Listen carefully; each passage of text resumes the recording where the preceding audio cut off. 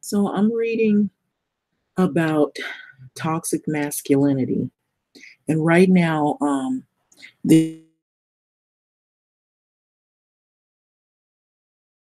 express what he has been through and his traumatic situation, and he has been oftentimes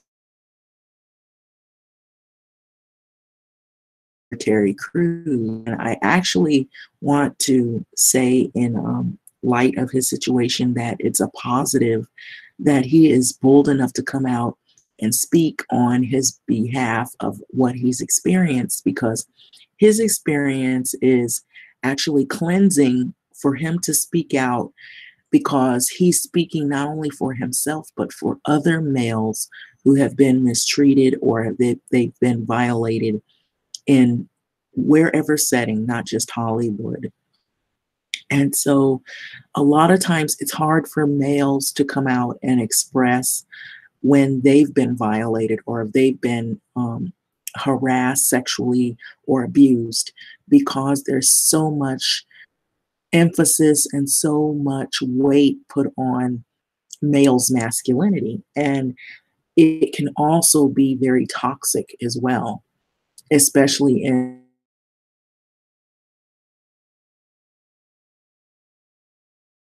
masculinity and its deadly grip on the Black community. And this was out of the Griot. And this is not something that is just happening. This is something that's been going on for several years now. And so it's hard for males to come out and express some of their problems, because they've been taught gender wise, in terms of sexism, that males are supposed to be dominant, they're supposed to be strong, they're supposed to appear masculine, and they're not supposed to be emotional and cry.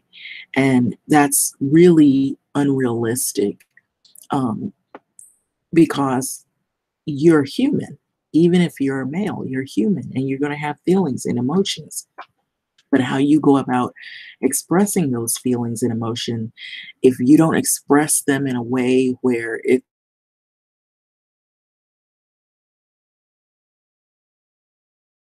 has short article here that talks about April. This was in 2017. So, manhunt came out to an end for a Stephen Stephens, suspected of a Facebook Live murder of a 74-year-old Robert Godwin on Easter Sunday, who died of a self-inflicted gunshot wound. And so, according to Stephens, the rejection of love from his ex-girlfriend Joy Lane led to his presumably emotional breakdown, the decision to take another one's life. So this story unfortunately speaks to a much larger epidemic in the Black community and others as well, that occurs when a male ego is challenged and masculinity crosses the dangerous line into becoming very toxic. So last week, Ebony editor Bertini Daniel cataloged a series of tweets and a follow-up story about women who had been killed at the hands of Black males. So due to the domestic violence issues. So the effort was to bring awareness to an epidemic that has been happening in the Black community for some time, for actually many years, and yet rarely discussed in any meaningful way.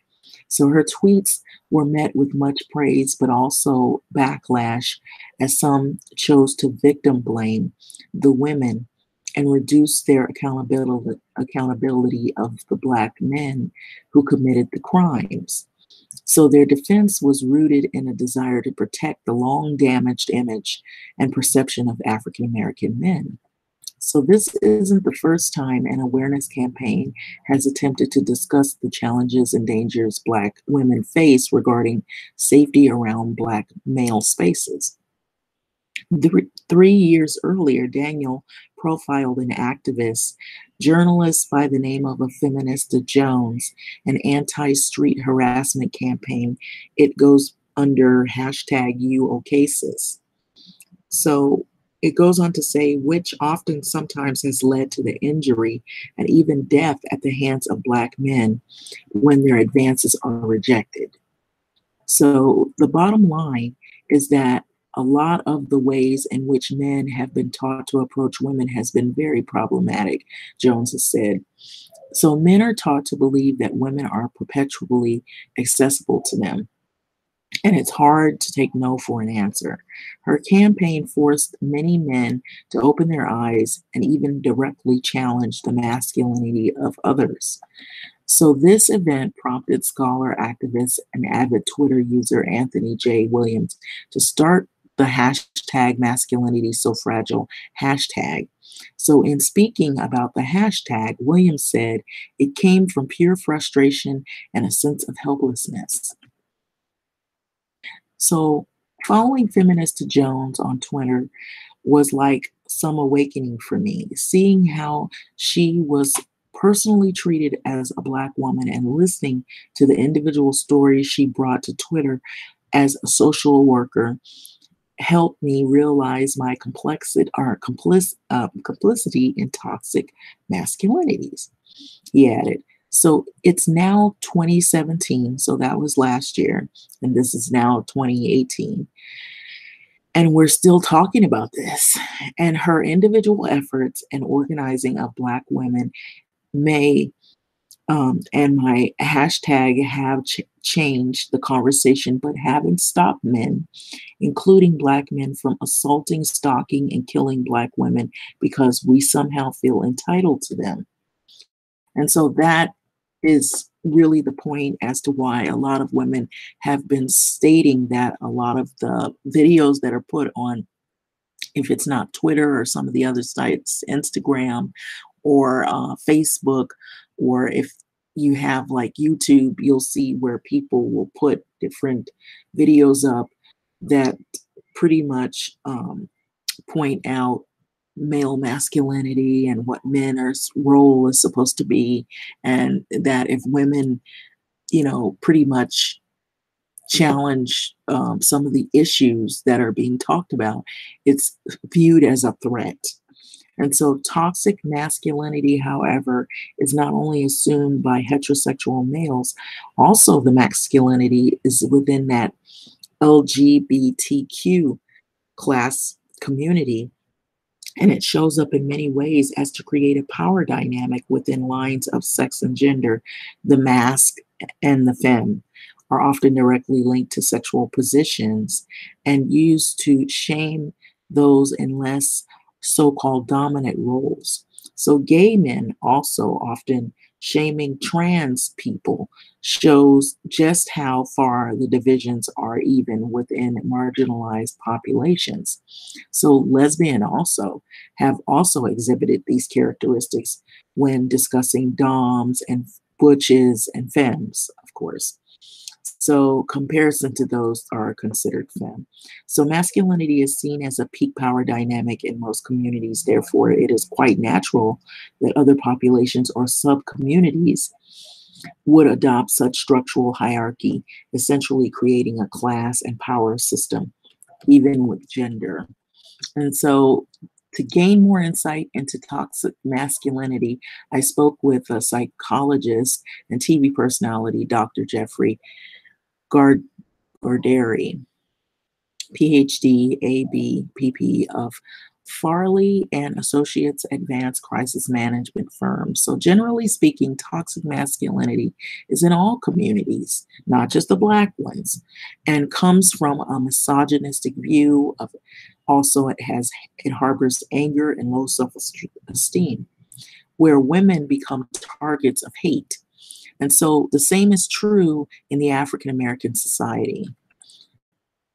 Garderi says. So, however, you need to add the wrinkle that in some cases, social inequity may add increased stress and threaten the male role expression, especially in individuals who may have pre-existing personality or other emotional challenges, resulting in anger-based views and behaviors such as toxic masculinity. So this definition coincides with the deception, or the depiction rather, of toxic masculinity in media, which has also long stood as a form of art imitating life at its worst intersection. And so the first movie, there's movies that she uses to try to bring out that point. It One is it's a critically acclaimed classic movie called Harmon Jones, and it's starring Harry Belafonte and Dorothy Dandridge. And in the final act, the movie Carmen, played by Dandridge, is asked her to return to her lover, who is Joe, Harry Belafonte, or Belafonte. When Carmen rejects the request, Joe then strangles Carmen to death before being approached by the police. So, in What's Love Got to Do with It? And those of you that know about Ike and Tina Turner, it's depicted about her life, a biopic depiction that dealt with the years that Tina Turner had dealt with abuse from her husband, most often due to jealousy of her rising fame outside of his own. And Ike Turner relied on power dynamics of abuse to not only keep her fearful, but to keep others around them from stepping in to do anything about it. And so when we look at the current trend of shows depicting how toxic masculinity usually ends in abuse or death, look no further than TV One's Monday night lineup. The show Justice by Any Means depicts friends and family of loved ones hunting down those, mainly men, who have killed their loved ones, primarily women. Another show on the network, For My Man, explores women who are led to do heinous crimes under the power and control of men they love. And the show that gives insight into how masculinity can transcend gender and can be used as a tool to manipulate and hurt others. So similarly, TV One's For My Woman depicts men who, when challenged by their women, are driven to kill the other man in tangled love triangles. So these types of shows exemplify how the media continues to profit on the issue that is destroying Black community. And so what happened this past weekend, or that in 2017, is the continuation of a deadly epidemic in the Black community that we can no longer dismiss, the lone wolf incidents. For many, the fear at the hands of Black hetero males is much more prevalent than in any other race, particularly in the case of Black trans women. If we are ever going to grow as a community, we must start addressing these problems head on and not be afraid to check our egos at the door, because toxic masculinity is literally killing us. And so that's basically the article in a nutshell, and I think it's pretty accurate as to what has been going on in our community. And this is the Stephen Steffens pictured here. And so for those of you that don't remember, he was involved in the killing of Robert Godwin, who was the 74-year-old male, on that Sunday. And the guy was just basically minding his own business. He was walking, and he just drives up and walks up. I don't know if he was walking up or he drove up, and then he parked his car and then got out and he shot the man. And so he posted it on Facebook, the killing, and he threatened to go around shooting others, all behind rejection of a Joy Lane. And so this is very toxic in our community, and a lot of people don't want to speak up on it. And there's going to be videos talking about males that are, they're pushing this thing on YouTube about males that are secretly, they're doing like an oath, like where they have to join a clique of in order to be a rising star in Hollywood, you have to sleep with other people, even males, other males. And so there's these groups, and I'm not saying that some of this may exist. Some of it may exist, but that doesn't mean that they're also forcing people to change their lifestyle. They're violating people and their rights, and also humiliating people. And so that is the very thing that Terry Crews is talking about.